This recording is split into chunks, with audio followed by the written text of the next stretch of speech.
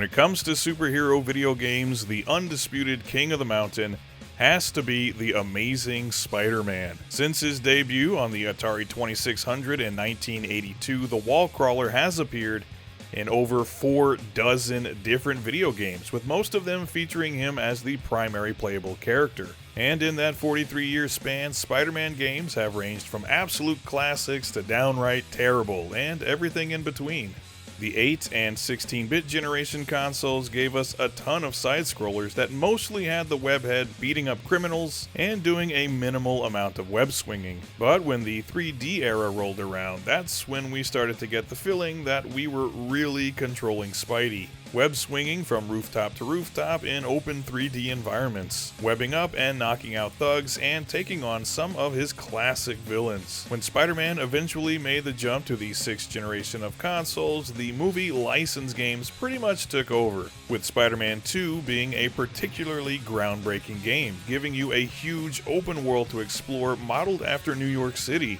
And from then on, this would be how pretty much every Spider-Man game would be structured, with some standout titles being Web of Shadows and the more recent games by Insomniac. In that long history, and among those many games though, one stands out to me as not only one of my favorites, but also one that I always felt got overlooked.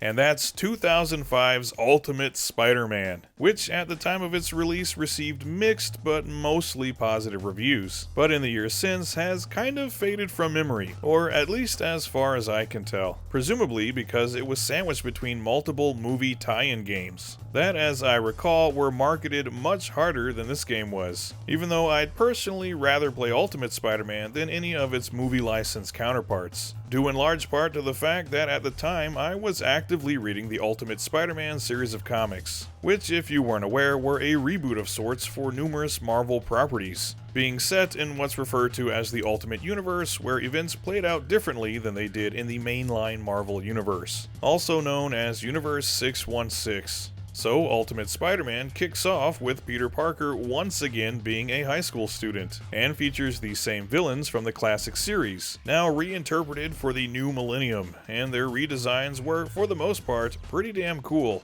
The plot of the game centers around the relationship between Peter Parker and Eddie Brock, who in this universe are longtime friends, as were their fathers, 2 scientists who inadvertently created the Venom suit while trying to find a cure for cancer, and Eddie is now in possession of the suit.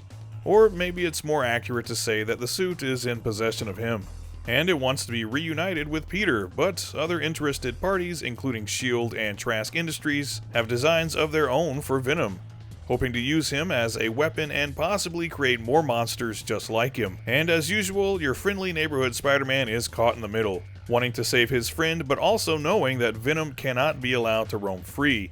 And throughout the course of the game, he'll have to square off against a lot of familiar faces from his rogues gallery, including the Rhino, the Beetle, and his arch-nemesis, the Green Goblin, who in this universe is kinda like the Incredible Hulk, if he could throw fireballs at you. So yeah, Spidey has his hands full.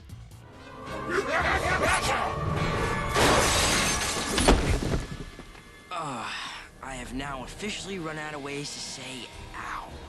Right away, the most notable thing about Ultimate Spider-Man is the visuals, which are very obviously cel-shaded, which I think was a great idea, as it matches the look of the comics. And the cutscenes even play out in comic panels, which is a nice touch. It brought back memories of more classic comic book games, in particular Maximum Carnage and its comic panel cutscenes. I can recall in the mid-2000s that there was a glut of cel-shaded games, not all of them necessary really, but in hindsight I think cel-shaded graphics have held up surprisingly well all these years later. More so than a lot of other 6th gen games anyway. And in this case, we get a fully detailed city to explore, including Queens and Manhattan, plus some especially nice character designs and visual effects, with the cutscenes again being a highlight, making this my favorite Spider-Man game in terms of the visuals and aesthetics. And while I'm on the subject of aesthetics, the sound design is really good too. The music is decent, but there's some especially great voice work here, particularly from Spidey himself, who in this case really does come across as the wisecracking smartass he always was. Hey! Where'd you get the cool suit? And by cool, I mean cumbersome and riveting. Don't take it too hard. I mean, clearly, as you can see, I'm kind of a costume design snob. Okay, fine. It's a nice suit. Sorry. Jeez. The voice work for all the other various characters and the sound effects are all quite good too, and on the whole, I really have no complaints at all when it comes to the visual or audio design. But this is, after all, a Spider-Man game, so the biggest question is it fun web swinging around the city? And absolutely, yes, it is. Though this game is a bit more strict than other Spidey games that pretty much let you web swing regardless of what's around you. In Ultimate Spider-Man, if there aren't any buildings around that are tall enough, you will not be able to web swing. But instead, you do get a very nifty web zip ability and a double jump that are perfect for speeding through areas where there aren't any skyscrapers around. Also, Spider-Man alternates between left and right when web swinging, instead of always just swinging straight ahead. It takes a little getting used to, but after a few minutes, and especially once you head to Manhattan, web swinging is as fun as it ever was. On the other hand, you also spend quite a bit of time playing as Venom, which is considerably different, as he doesn't have the ability to web swing, but instead has a super jump for clearing big gaps and making his way up the sides of buildings. He also has a web zip type maneuver, which comes in handy, but generally, I enjoy playing as Spider-Man a lot more, though combat is admittedly much more fun when playing as Venom.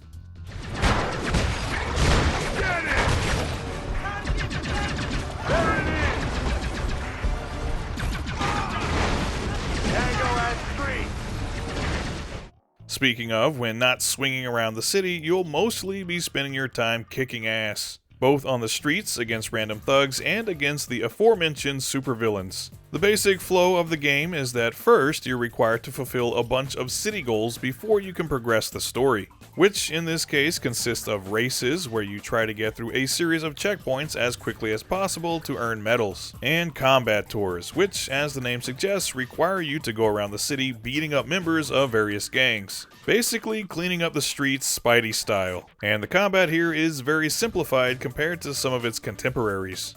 You've got a basic punch and kick combo, air dive attacks, and of course, your trusty web shooters, which can incapacitate enemies and let you pull them in for a quick beating, even allowing you to hang them from nearby light posts and use them as your own personal punching bag. You do also get your Spidey Sense ability, but in this case, you don't have a dodge maneuver, but instead you'll just have to jump out of the way.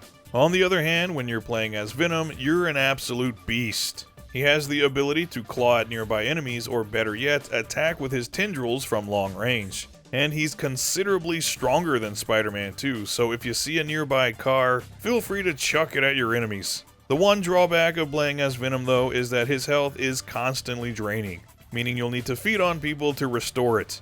And when you're in combat, this can get a bit irritating, as most of the time you'll be being shot at while you're feeding, losing health just as fast as you can get it back. But overall, when you're playing as Venom, you feel like an absolute killing machine, while Spider-Man, on the other hand, is appropriately a much more agile and strategic fighter.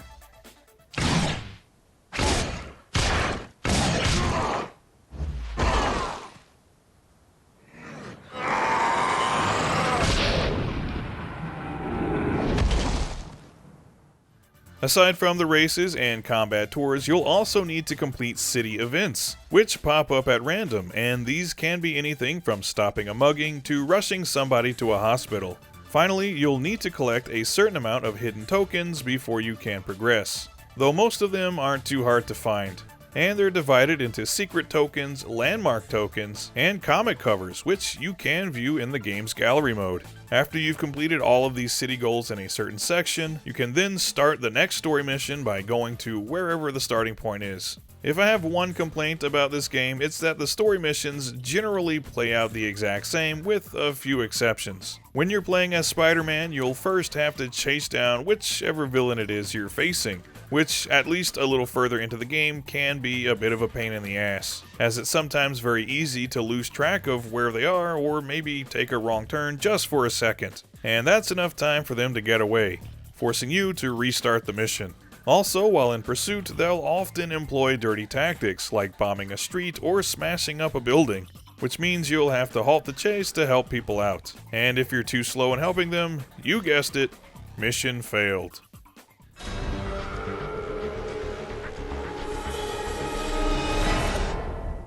Once the chase is concluded is when the real fight begins, and each one presents a unique challenge. For example, dodging the Rhino's charges while targeting his weak spot has a totally different feel and strategy than taking on the Beetle as he flies around a rooftop shooting lasers at you, or trying not to burn to death or get your head split in half by the Green Goblin. And several times throughout the game, you'll go mano-a-mano with Venom.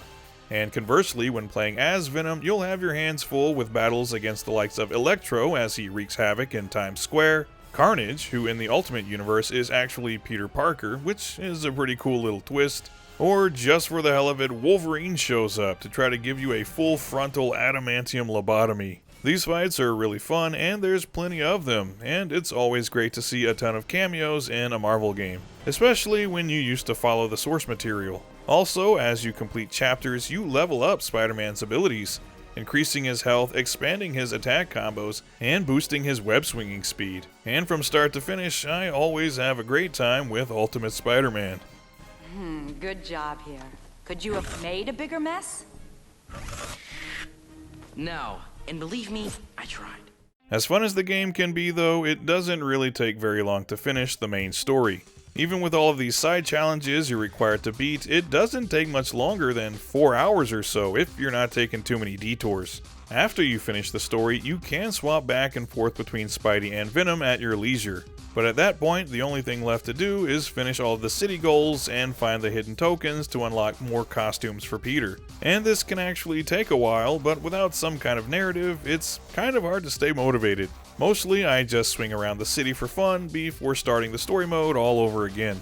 So, taking everything into account, this is among my favorite Spider-Man games. Possibly my absolute favorite. I'll need to play Web of Shadows again before I can make that call. But the question I pondered is if this game is underrated. Again, reviews at the time were mostly positive, though I did see at least one as low as 5 out of 10, which is frankly ridiculous. But ultimately, yeah, I do think this game is underrated and overshadowed by the various movie tie-ins that were released in this and the generation that followed. Amazing Spider-Man, Spider-Man 2 and 3, stuff like that. Those were the more high-profile releases, while Ultimate Spider-Man was maybe a little more low-key, but if you've somehow not played it in the 20 years since its release, needless to say, it gets my highest recommendation. Ultimate Spider-Man isn't just amazing, it isn't just spectacular, it's awesome. Hey you! Is that a rhinoceros horn or you just happy to see? I'm so scared I can't even finish my lame joke. Awesome!